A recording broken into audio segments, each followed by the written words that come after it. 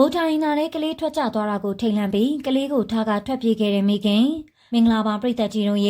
ဒီသတင်းကတော့လက်တလောထိုင်းနိုင်ငံရဲ့သတင်းမီဒီယာတွေမှာနာမည်ကြီးသွားခဲ့တဲ့သတင်းတစ်ပုဒ်ဖြစ်ခဲ့တယ်လို့ကလေးတစ်ယောက်လုံးဘိုက်ထဲရှိနေတာမသိဘူးလို့ပြောနေတဲ့မိခင်ကိုလည်းအားလုံးကအံ့ဩနေကြရတာပဲဖြစ်ပါတယ်။ဒါပြင်ကလေးရဲ့အမေဖြစ်သူကအခုမှကလေးမွေးဘူးတာမဟုတ်ပဲကလေးနှစ်ယောက်ရှိနေလို့လည်းသိရပါတယ်။ဒါကတော့ထိုင်းနိုင်ငံဘန်ကောက်မှာဖြစ်သွားခဲ့တာဖြစ်ပြီးဒီမျိုးသမီးကတော့ကလေးကိုရည်ရွယ်ချက်ရှိစွန့်ပစ်တာမဟုတ်ဘူးလို့လည်းဆိုပါတယ်။မိခင်ဖြစ်သူရဲ့ပြောပြချက်ရတော့သူမကကိုဝင်ရှိတာကိုလည်းမသိခဲ့တယ်လို့လစဉ်လာတိုင်းလေဓမ္မတာလာတာလည်းမှန်နေ။ဒါကြောင့်ကလေးရှိတယ်လည်းမထင်ခဲ့ဘူး။ရိုးရိုးဘိုက်ခောက်ထွက်တယ်ပဲထင်ခဲ့တာပါ။အဲလိုနဲ့တနေ့မှတော့ကျမဘိုင်းနာလာလို့စားတောက်ဆိုင်တစ်ခုမှအိမ်သားရင်းဝင်ခဲ့တာပါ။အဲအချိန်မှာပဲရုတ်တရံကလေးထွက်လာတော့ကျမအရန်လန့်သွားခဲ့တယ်။ဒါကြောင့်မလို့ကျမတငယ်ချင်းကိုအကူကြီးတောင်းမို့အပြင်ကိုပြေးထွက်သွားခဲ့တာလို့ဆိုပါတယ်။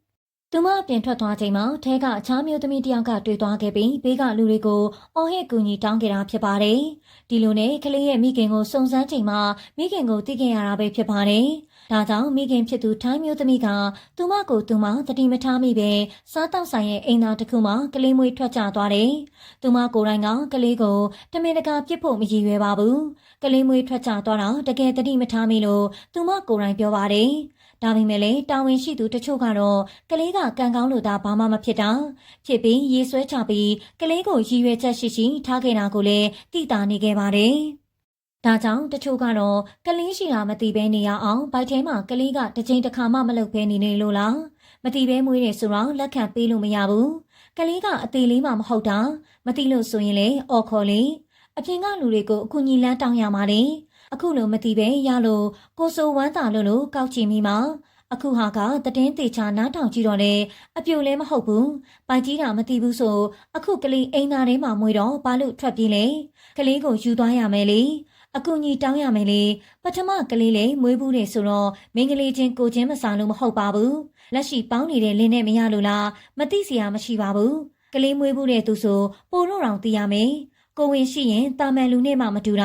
ာကိုယ်တိုင်ပိုသိရမယ်ဆိုပြီးအမျိုးမျိုးဝေဖန်ထောက်ပြနေခဲ့ကြတာပဲဖြစ်ပါတယ်။ပရိသတ်ကြီးတို့ရောကလေးထွက်သွားတာကိုတိတိကြီးနဲ့ရေဆွဲချပြီးကလေးကိုဘိုးထိုင်အိမ်သားထဲမှာထားခဲ့တဲ့မိခင်အပေါ်အမြင်လေးကိုလည်းပြောခဲ့ကြပါအောင်ရှင်။ကံကောင်းလို့အသက်ရှင်ခွင့်ရခဲ့တဲ့ကလေးလေးလည်းဘာမှမဖြစ်ပဲဘေးရန်ရဲ့ကင်းပါစေ။အဆုံးထိကြည့်ရှုပေးလို့အားလုံးကိုကျေးဇူးတင်ပါတယ်ရှင်။နောက်ထပ်ဗီဒီယိုလေးမှာပြန်တွေ့ကြပါမယ်ရှင်။ထိုင်းကွန်တိုမှာအိမ်ကြီးချင်းရဲ့ခွေးဟောင်တန်းကိုတီးမခံနိုင်လို့ကွန်တိုထဲမွေးရှင်တွေမွေးခဲ့တဲ့တရုံမျိုးသားမင်္ဂလာပါပြည်သက်ကြီးတို့ရေကွန်တိုတိုက်ခန်းနေဆိုတာကတော့တဦးတယောက်တည်းနေထိုင်ကြရတာမဟုတ်ပဲအများနည်းတူစီကံတကျနေထိုင်ကြရတာပါဒါပေမဲ့စီကံမလိုက်နာသလိုပြောရဆိုရလက်ပေါက်ကတ်တဲ့သူတွေလည်းများစွာရှိပါတယ်အခုဒီဗီဒီယိုတွေကသူတွေကတော့ပါးကြိုက်တော့နားပြန်ကြိုက်တာဆိုသလိုပါပဲမိမိတူတယောက်တည်းနေရတာမဟုတ်ပဲကွန်တိုတိုက်တလွားမှာအနည်းဆုံးအခန်း၄ခဲမှ၈ခန်းအထိပါပါတယ်ဒါကမှကိုချင်းမစာတက်သူနဲ့အရွယ်တိုက်တက်တဲ့သူကြွေကြတော့ပွဲကကြီးကောင်းသွားပါတယ်။အခုလိုမလုပ်ရင်ဘယ်လောက်ထိဖြစ်ကြမလဲမသိသလိုအခုကဲ့သို့သတင်းကိုလည်းတခါမှမကြားဘူးသေးပါဘူး။ဒီမျိုးသားကတော့ထိုင်းကွန်တိုမှာအိမ်ကြီးရဲ့ခွေးဟောင်တန်းကိုတီးမခံနိုင်တော့လို့မွေတွေကိုရှောင်ဝဲပြီးကွန်တိုထဲမွေတွေလွတ်ပေးခဲ့တာပဲဖြစ်ပါတယ်။ဒီဖြစ်စဉ်ကတော့ထိုင်းနိုင်ငံဘန်ကောက်ကကွန်တိုတစ်ခုမှဖြစ်သွားခဲ့တာဖြစ်ပြီးဒီမျိုးသားကတော့ခွေးဟောင်တန်းဆူညံနေတာကိုတီးမခံနိုင်တော့လို့ဆန္ဒပြတဲ့အနေနဲ့လူသွားစင်းကြံဘက်ကိုငွေကြီး2ကောင်လွတ်ပေးထားခဲ့တာပါတကယ်တော့အဲ့ဒီကွန်တိုဟာအိမ်မွေးတရိတ်ဆန်နဲ့မမွေးရဘူးဆိုတဲ့မူဝါဒသတ်မှတ်ထားပေမဲ့နေထိုင်သူတူကမလိုက်နာပဲခွေးနဲ့ကြောင်နေမွေးထားခဲ့ပါတယ်အဲ့ဒီခွေးကလည်း2နှစ်လုံးခဏခဏဆူဆူညံညံဟောင်းလေးရှိပြီးတိုက်ခန်းနေသူတွေအချိန်ချင်းတိုင်ကြားမှုကိုကွန်တိုစီမံခန့်ခွဲရေးဖွဲ့ကလည်းမျက်ကွယ်ပြုထားခဲ့တာပဲဖြစ်ပါတယ်။နောက်ဆုံးမှာတော့တီးမခံနိုင်တော့တဲ့အိမ်ကြီးချင်းတယောက်ဟာခွေးပိုင်ရှင်ရဲ့အခန်းရှိစင်းကြံဘော်ကိုမွေကြီး2ကောင်ချထားခဲ့ပါတယ်။ခွေးပိုင်ရှင်ကသူ့ကိုယ်သူတရိတ်ဆန်ချစ်သူတယောက်ဖြစ်ခဏခဏညှို့ဆိုလေးရှိကြောင်းသူကိုယ်တိုင်ကလည်းတရိတ်ဆန်ချစ်သူတူဖြစ်တာကြောင့်မွေတွေကိုမွေးထားလို့ရမယ်ထင်ကြောင်းမွေးပိုင်ရှင်ကဆိုပါတယ်။အဲ့လိုပြောပြီးတော့တာပေါင်ဆိုတဲ့အကောင့်ပိုင်ရှင်ဟာကွန်တိုကန်စင်ကြမှာမွေကြီးတွေတွားသွားနေတဲ့အသိရစရာဗီဒီယိုကိုလည်း Facebook မှာမေလ19ရက်နေ့တုန်းကတင်ထားခဲ့ပါတယ်။ဒါပြင်တာပေါင်ကဒီနေ့တော့2ကောင်ပဲတည်လာနိုင်သေးကြောင်းနောက်နေ့တွေမှာလည်းနောက်ထပ်မွေတွေယူလာအောင်မှဖြစ်ကြောင်းဒီနေ့ဖို့ဒီထက်ကြီးတဲ့အကောင်ကိုတင်မလာနိုင်ခဲ့ကြောင်းလည်းသူ့ရဲ့ဗီဒီယိုမှာမွေပိုင်ရှင်ကရေးသားထားခဲ့ပါတယ်။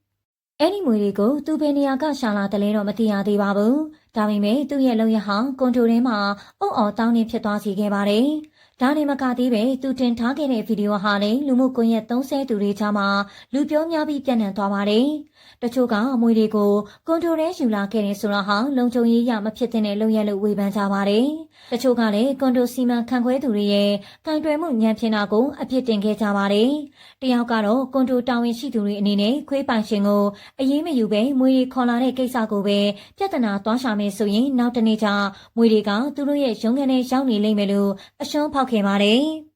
ဒါကြောင့်မလို့ဒီကနေ့မှာတော့သက်ဆိုင်ရာကွန်တိုဟာအိမ်မွေးတရိတ်ဆန်မမွေးရဘူးလို့မူဝါဒချမှတ်ထားပေမယ့်တချို့နေထိုင်သူတွေကခွေးတွေကြောင်နေမွေးထားပြီးတခြားခန်းတွေအတွက်စူညံတန်အနှောက်အယှက်တန်ဖြစ်စေတယ်လို့ဆိုပါတယ်။မွေးပိုင်ရှင်ကသူ့ရဲ့အိမ်လေးချင်းမွေးထားတဲ့ခွေးဟာအရန်စုပြီးအဲ့ဒီအကြောင်းကိုခဏခဏကန့်ကွက်ခဲ့ပေမယ့်ကွန်တိုတာဝန်ရှိသူတွေကကင်တွယ်ဖြေရှင်းပေးဖို့ပြက်ကွက်ခဲ့ကြောင်းပြောထားပါတယ်။ဒါပေမဲ့မွေးကိစ္စကြုံပြီးတဲ့အခါမှာတော့ကွန်တိုရဲ့တာဝန်ရှိသူတွေကလည်းမနေတာတော့ပဲခွေးပိုင်ရှင်ကိုဘတ်1000တန်ရိုက်ခဲ့ပြီးခွေးဆက်မမွေးဖို့ညွှန်ကြားခဲ့ပါတယ်။မွေးပိုင်ရှင်ကတော့တရားဝင်တီးပေးစာတစ်စောင်ပေးပို့ပြီးနောက်မလုပ်ဖို့တားမြစ်ခဲ့တယ်လို့သူခေါ်လာတဲ့တွားသွားတတဝါကြီးတွေကိုပြန်ဖယ်ပေးဖို့တောင်းဆိုခဲ့ကြောင်းသိရပါတယ်။တကယ်တော့ကွန်တိုလိုနေရာမျိုးမှာနေကြပြီးစီကံမလိုက်နာပဲတစွတ်ထိုးဆန်တဲ့လုပ်ရက်တွေလုပ်နေသူတွေအတွက်ကတော့အခုလိုအရွယ်တိုက်တက်တဲ့သူနဲ့တွေ့မှသာကိုချင်းစာတက်ကြမှာပါ။တရိတ်ဆန်ချစ်သူမှန်ပေမဲ့လည်းအခုလိုစူပူတောင်းကျမ်းတာကြီးကိုနှစ်နှစ်လုံးလုံးခံလာရတဲ့သူတို့ကတော့အခုလိုလုပ်ရက်ကမှန်တယ်လို့ယူဆရမှာပါခုကြည့်နေတဲ့သူတွေရောတာပေါင်ရဲ့လုပ်ရက်ပေါ်ဘယ်လိုမြင်လဲဆိုတော့သင်တို့ရဲ့အမြင်လေးတွေကိုပြောပြခဲ့ကြပါအောင်ရှင်အဆုံးကြည့်ကြည့်ပေးလို့အားလုံးကိုကျေးဇူးတင်ပါတယ်နောက်ထပ်ဗီဒီယိုလေးမှာပြန်တွေ့ကြပါမယ်ရှင်ဗိုလ်ထိုင်နာလေးကလေးထွက်ကြသွားတာကိုထိတ်လန့်ပြီးကလေးကိုထားကထွက်ပြေးခဲ့တဲ့မိခင်မင်္ဂလာပါပရိသတ်ကြီးတို့ရေဒီသတင်းကတော့လက်တလောထိုင်းနိုင်ငံရဲ့သတင်းမီဒီယာတွေမှာနာမည်ကြီးသွားခဲ့တဲ့သတင်းတစ်ပုဒ်ဖြစ်ခဲ့တယ်လို့ကလေးတစ်ယောက်လုံးဘိုက်ထဲရှိနေတာမသိဘူးလို့ပြောနေတဲ့မိခင်ကိုလည်းအားလုံးကအံ့ဩနေကြရတာပဲဖြစ်ပါတယ်။ဒါပြင်ကလေးရဲ့အမေဖြစ်သူကအခုမှကလေးမွေးဘူးတာမဟုတ်ပဲကလေးနှစ်ယောက်ရှိနေလို့လည်းသိရပါတယ်။ဒါကတော့ထိုင်းနိုင်ငံဘန်ကောက်မှာဖြစ်သွားခဲ့တာဖြစ်ပြီးဒီမျိုးသမီးကတော့ကလေးကိုရည်ရွယ်ချက်ရှိရှိစွန့်ပစ်တာမဟုတ်ဘူးလို့လည်းဆိုပါတယ်။မိခင်ဖြစ်သူရဲ့ပြောပြချက်ရတော့သူမကကိုဝင်ရှိတာကိုလည်းမသိခဲ့သလိုလစဉ်လာတိုင်းလည်းဓမ္မတာလာတာလည်းမှန်နေဒါကြောင့်ကလေးရှိတယ်လည်းမထင်ခဲ့ဘူးရိုးရိုးဘိုက်ခောက်ထွက်တယ်ပဲထင်ခဲ့တာပါအဲ့လိုနဲ့တနေ့မှတော့ကျမဘိုင်းနာလာလို့စားတောက်ဆိုင်တစ်ခုမှာအိမ်သာထဲဝင်ခဲ့တာပါအဲ့အချိန်မှာပဲရုတ်တရံကလေးထွက်လာတော့ကျမအရန်လန့်သွားခဲ့တယ်ဒါကြောင့်မလို့ကျမတငယ်ချင်းကိုအကူအညီတောင်းမို့အပြင်ကိုပြေးထွက်သွားခဲ့တာလို့ဆိုပါတယ်သူမအပြင်ထွက်သွားချိန်မှာထဲကအခြားမျိုးသမီးတစ်ယောက်ကတွေ့သွားခဲ့ပြီးဘေးကလူတွေကိုအော်ဟစ်ကူညီတောင်းခဲ့တာဖြစ်ပါတယ်။ဒီလိုနဲ့ကလေးရဲ့မိခင်ကိုစုံစမ်းချိန်မှာမိခင်ကိုသိခဲ့ရတာပဲဖြစ်ပါတယ်